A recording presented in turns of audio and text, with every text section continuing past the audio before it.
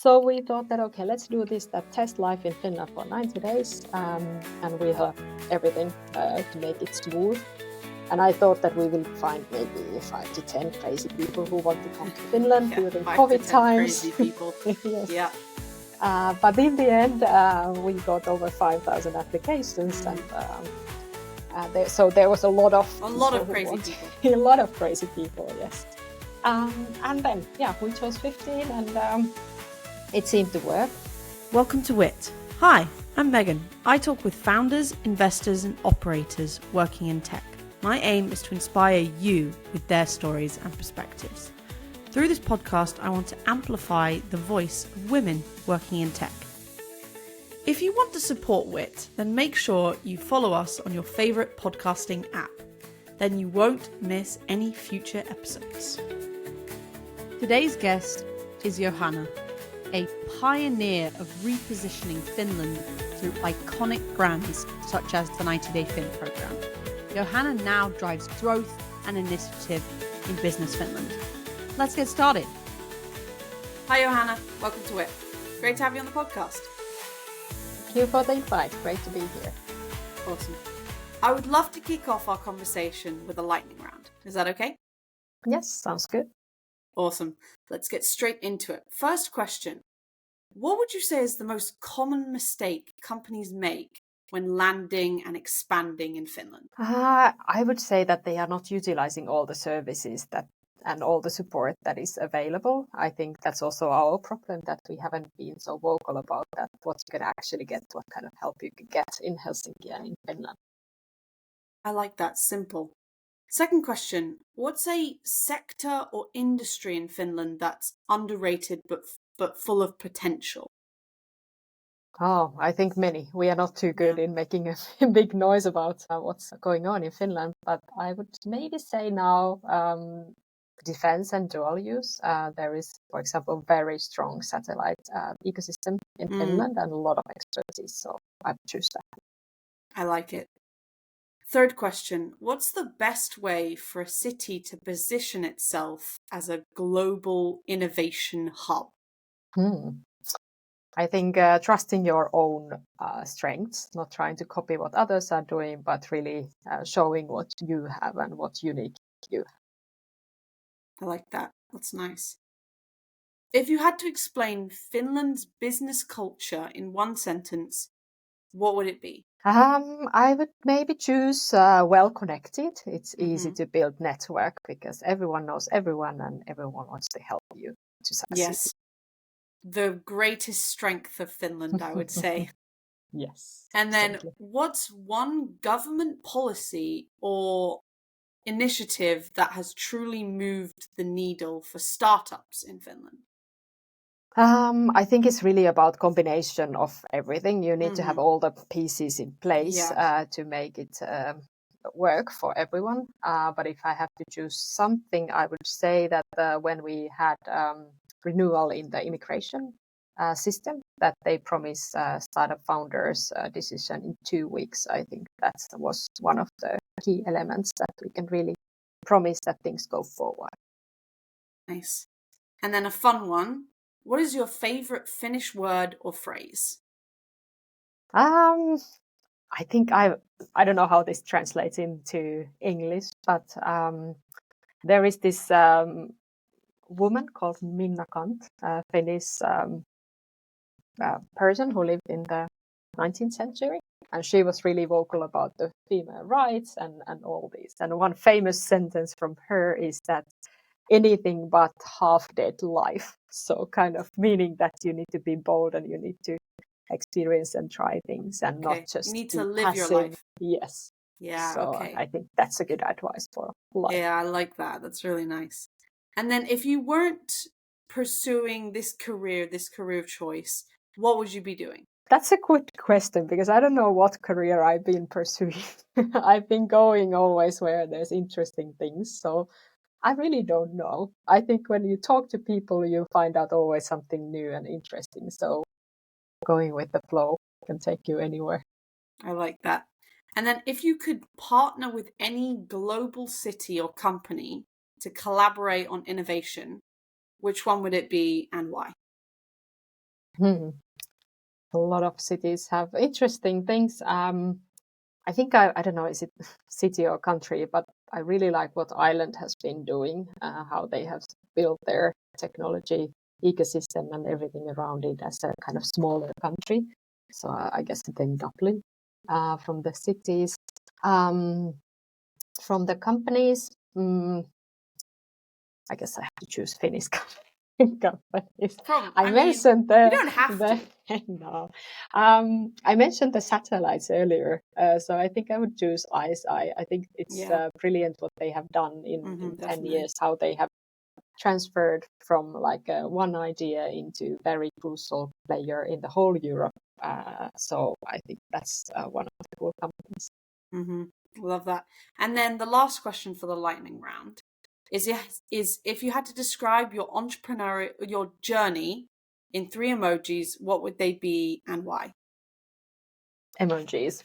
My kids are saying that I'm using them wrong, so I don't know what they mean apparently. Okay.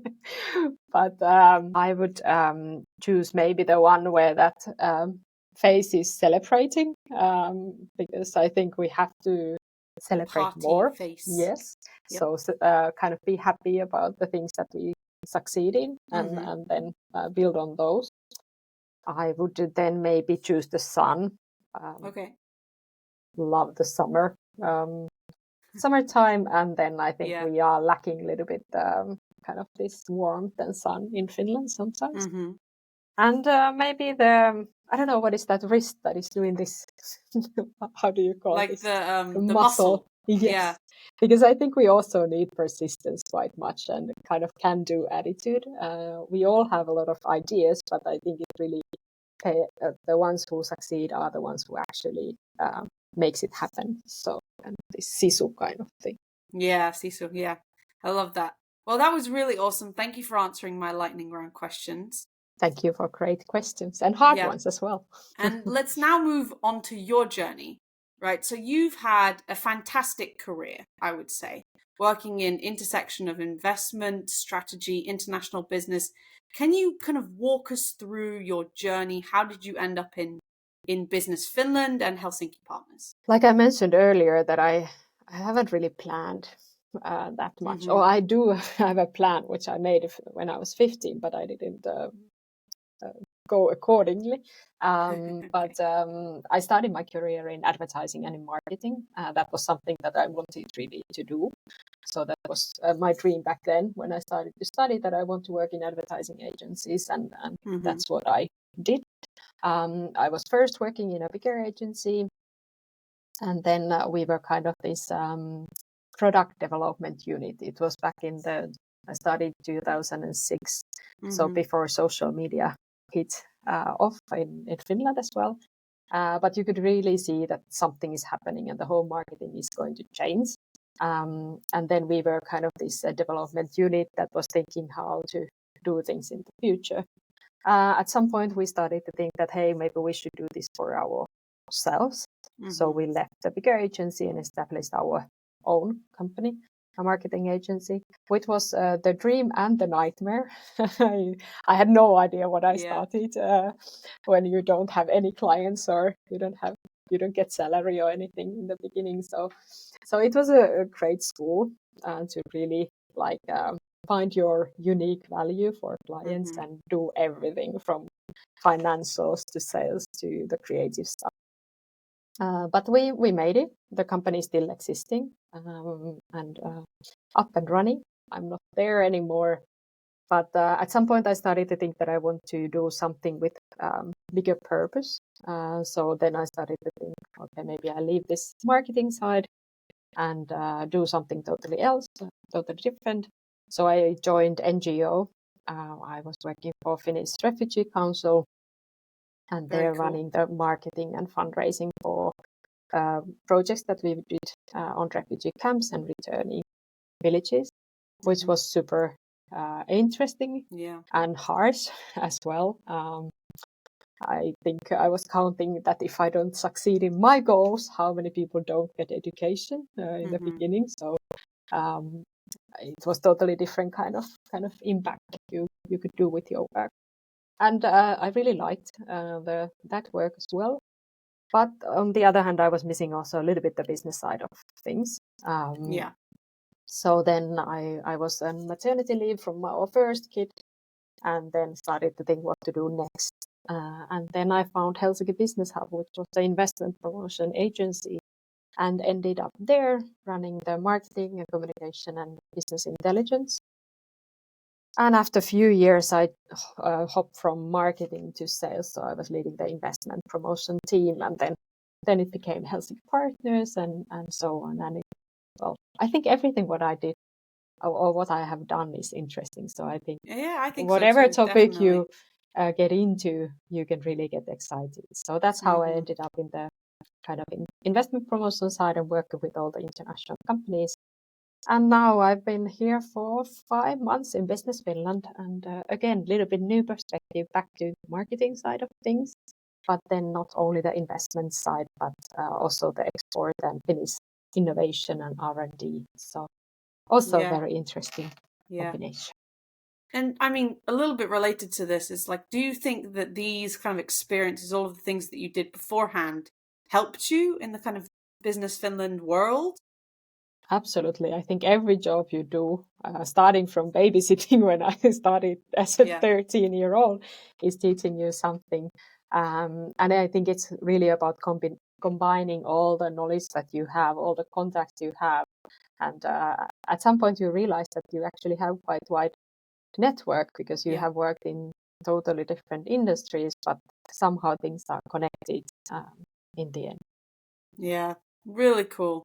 Well, in my opinion, you're effectively the kind of founder of the 90-Day Fin program, which is a part of Helsinki Partners, which has gained a lot of international recognition, and is a big part of why we as a family came to Finland. So, like, how did you come up with this program? What did you want to achieve? And, how has it been impactful? Well, originally the idea was, it was built during COVID times. So back then, like it's already 5 years ago, or I don't.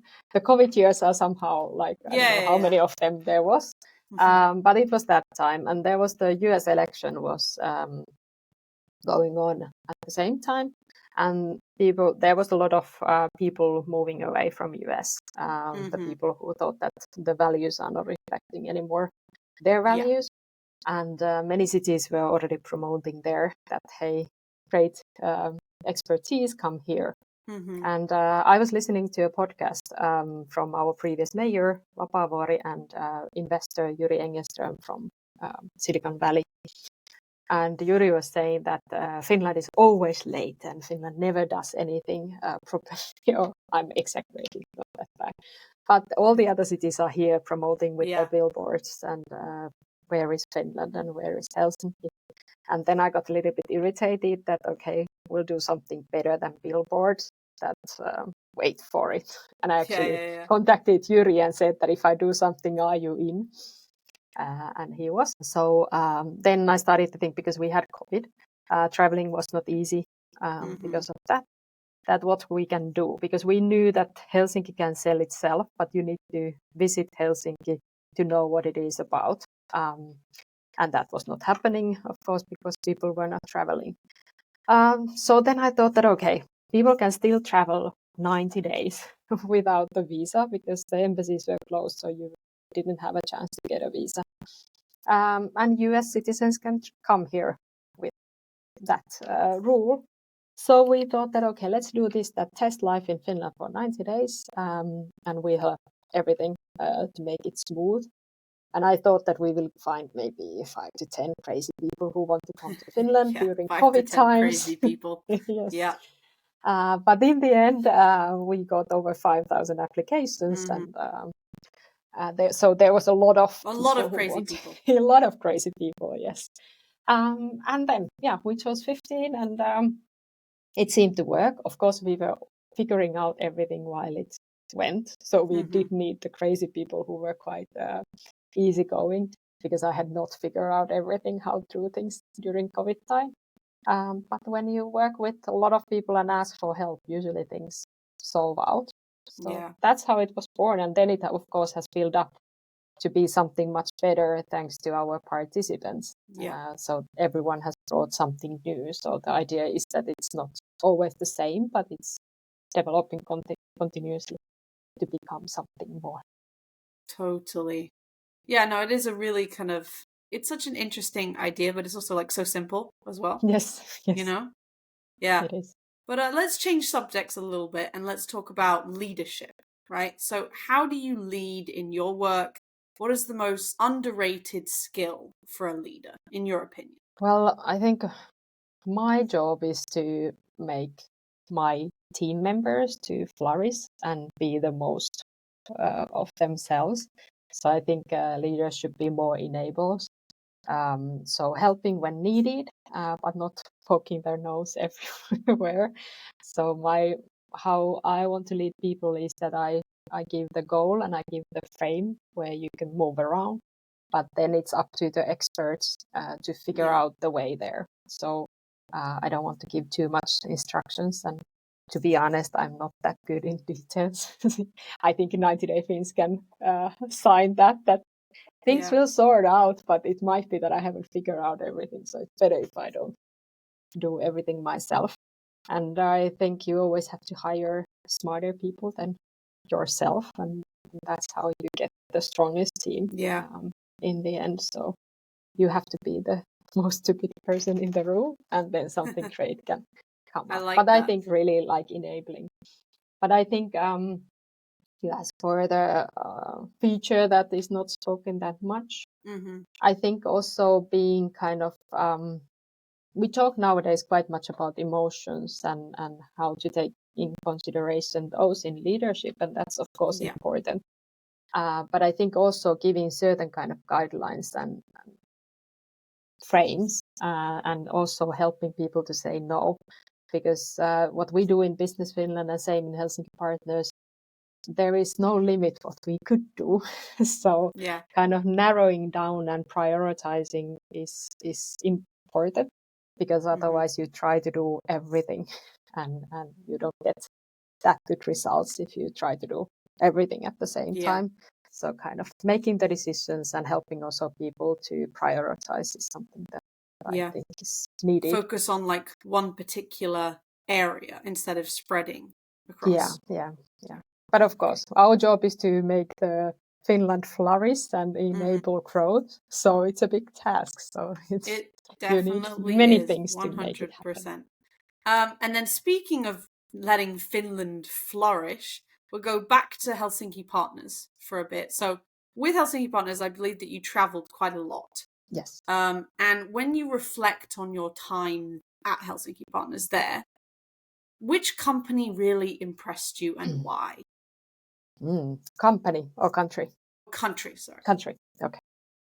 I think every country has their own features, and what is great about traveling for work is that you see things that you don't see when you are traveling on free time. So you meet a lot of different kind of people, and I've been very lucky that they have also shown us so many things in their own culture, which I wouldn't have imagined that I get into. I don't know, can I choose one country? I think Japan has been one of the countries that always surprises you positively, that how friendly the people are and how kind of amazing things they have there. Definitely is on my list for a country to travel to. But do you think that Japan, your example, kind of helped you realize things that we could do in Finland, or is it kind of like the other way around? I think it's always both ways. So we learn from each other. So there's many things we can learn from Japan, but also vice versa. And I think that's also why I liked it, because we had a little bit similar challenges, but different kind of strengths. So kind of there is a lot of potential for innovation and R&D if we would work more tightly together. But I think in every kind of traveling, in the end, it's about people. So when you find right kind of people who are willing to do something together, then the magic happens. And in every country, there's brilliant people. So you just have to find them. Just have to find them. Yeah. Yes. But yeah, no, that's really interesting. I feel like that is definitely 100% correct. But I would really love to talk about your experience with working in this advertisement agency, right? So the first time you asked for a raise was, I think, the context. I think it was I think it's particularly difficult for kind of young people to be confident enough to ask for what they think that they're worth. So how did you kind of approach this conversation? And what was the kind of understanding? What were your values? I asked for the raise already. I've been only for a few months there. And I realized that I'm doing a lot of billable hours and I'm worth much more than I was paid. Yeah. So I did my math. I did all the calculations. I counted my kind of value for the company and also the potential that I could be doing more if I would get more mandate and kind of proper role in the team and so on. So then I just and I went straight to the CEO. I didn't go to some middle management, but I walked there. I showed my calculation and I gave the grounds why I think I should get this amount. And in the end of the discussion, I got what I asked. I got 20% raise. Wow. And then the CEO said to me afterwards that I was not planning to give you 20%, but you were so how do you say? You were convincing me that apparently it ended up like that. So I think that's something what we should talk much more openly, talking about also money openly and also this kind of grounds. But I think it doesn't really, I've been also the person who people ask for a raise.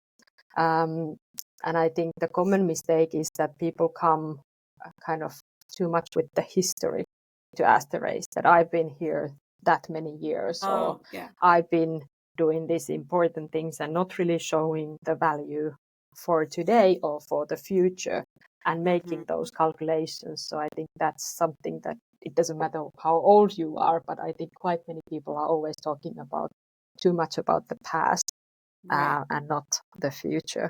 But I actually try always that if there's good people, if I can, it's not always possible in public sector, that I would give the raises before people ask. And I have done that many times, that before people even ask, I notice that someone is super good in their job and then try to do it that way, or then try to do it with this kind of one-off rewards, because the talent is the most important thing that you have in a certain organization. Definitely. I totally agree. I feel like it's all, I mean, again, you said this, it's all about the people and the right people to talk to, and keeping those people with you is also very important as well. But I would really love to talk about your kind of non-governmental organization, which you raise money supporting refugees. You talked about this a little bit in your lightning round questions, but can you expand on it? So tell us a bit more about this experience. It was also super interesting time. I had no idea about these development projects when I went there. So I was lucky to have colleagues who were willing to teach me everything. And I think that's why it was also very kind of good collaboration, because I brought something new to the team, and then they also were patient enough to explain me what it is about. It was super important, and kind of people were very committed to the work. You could really see the results of your work in practice. So when traveling to the refugee camps and the villages where we had our projects, you were very motivated to do your work. It was also quite difficult because if you go there, you hear all the horrible stories that has happened to people, and then you say, okay, nice to meet you, and now I go back to my lovely country where everything is fine. So of course you had bad conscience. And like I mentioned, I was counting all the people that I'm not able to help. And I was very stressed after the first year. But at some point, I realized that I need to change the perspective, that I count the people who we are able to help instead, because otherwise you can't do that. You can't help everyone, but you can count the people that you do help. Yeah. But it is I'm still kind of very interested in the topics and following all the discussion around refugees and immigration.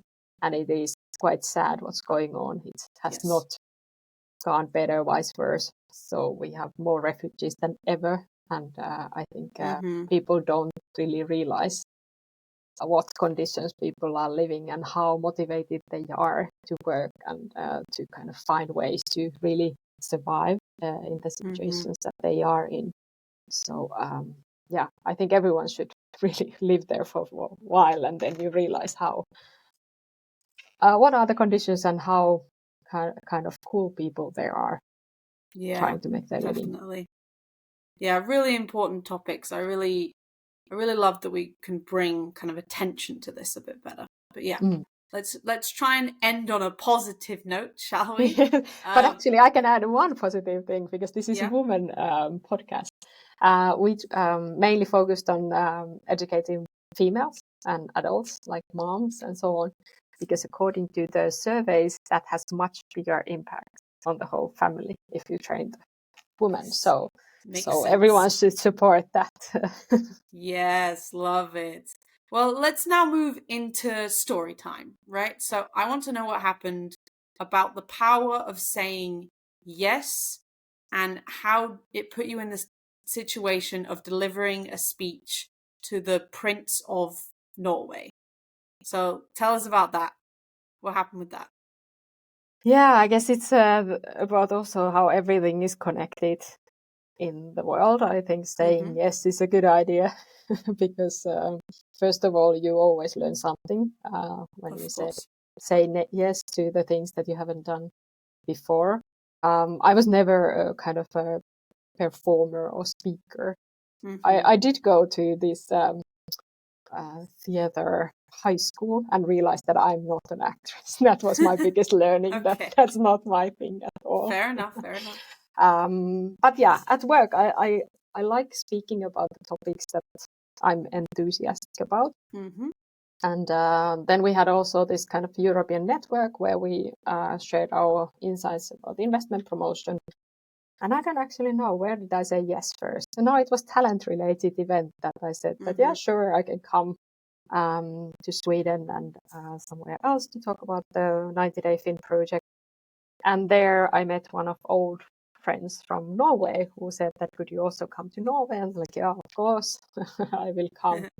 I didn't know that the prince is there. I saw there in the entrance hall one friend, and he said that, oh, so you're speaking to royal, and I thought somehow that is some joke. I didn't realize that we are in a country where there's a king. Of course. Whatever. I realized it when I was already there ready to go to the States, and then they said that, all right, the king or prince is arriving, and they're like, okay, maybe it was not a joke. But maybe it wasn't a joke. Yeah, probably not. But it was a lot of fun, and I think the good part is that we are living in Nordics, so kings and presidents are just kind of one of us. Yeah. Well, that was awesome. That was really interesting. I loved hearing your story. And we're now sadly coming to the end of the podcast, but I do have 3 final questions for you. So first one is, imagine it's 2035, so in 10 years time. What does your life look like? My life? Or your career, or both? I don't know how my life will look like. I hope it's as fun as it is now. So it's how many, 10 years from now. So I'm already old. But maybe from work perspective, I hope that we have succeeded to find companies who can do like radical innovation and R&D, that we would have several success stories from Finland that are helping whole Europeans or whole Europe's resilience, so that we are stronger in the whole continent in 10 years, and that we have had some small part in that and try to kind of encourage the right people to do that. So I think that would be, from work perspective, maybe the dream. Private wise, I hope my kids still like me if they are teenagers. Good things to hope for, I think. Definitely good things to hope for. And then second question, how can listeners follow along with your journey? Well, I think LinkedIn is the best place to be in touch and do everything and have a discussion. That's basically the only social media that I use. Fair enough. And then last question is, how can the listeners, the audience, kind of help you in your journey of impact, let's say? Well, I think it's having a discussion, talking, connecting, and then throwing all the ideas that people have. Because even the idea is not good right now, it can be good after a few discussions. So I think kind of meeting people and sharing the ideas, I think that's how we get new things done. Love it. Well, thank you so much for being on my podcast. I'm really looking forward to following along with your journey and your story and your impactful startup focused thing.